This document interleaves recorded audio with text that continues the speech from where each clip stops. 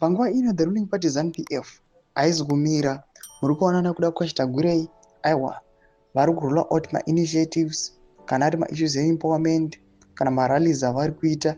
Panguva ino zvinyaatsoratidza kuti kana kuri kusunga dzisimbe, VP Kosano Chiwenga vanofanira kutomira, aiwa, vakasimba chekwe-chekwe, nokuda kwekuti vanhu vari kurwa navo vanhu vane ma-financial muscles. They can do whatsoever they want anytime. Sarapinda mashoko ari kubuda nyuko panguva ino, ivo subscribe or like on the bell icon.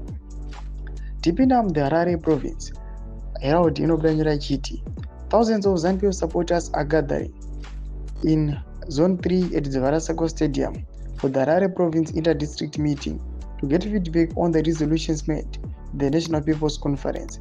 Admit Harare Province is so-called as co-opted Central Committee members.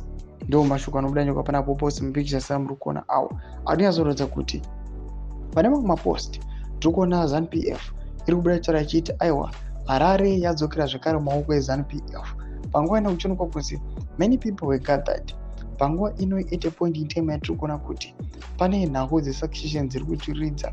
Panguva ino mafactions ari kurise within the ruling party ZANU-PF. They are now opposing each other. VP Kosano Chiwenga panguva ino achifighta kuti no, this is not right.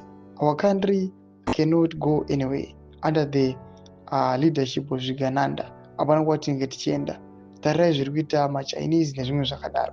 Mashoko ari kuda panguva ino ari kuonekwa kunzi as people, most of them, they are now churning out vachibva from the opposition vachipinda the ruling party ZANU-PF. Now people are now confused pamwechete nemapolitical analyst kuti ndo zviri kudiwa nevanhu here izvi, hanyasi kuziva unhu hwezvigananda. Ina comment section medu zafungiro enyu mati kudii pamusoro pechitiko ichi. Musawana subscribe or like, check on the bell icon.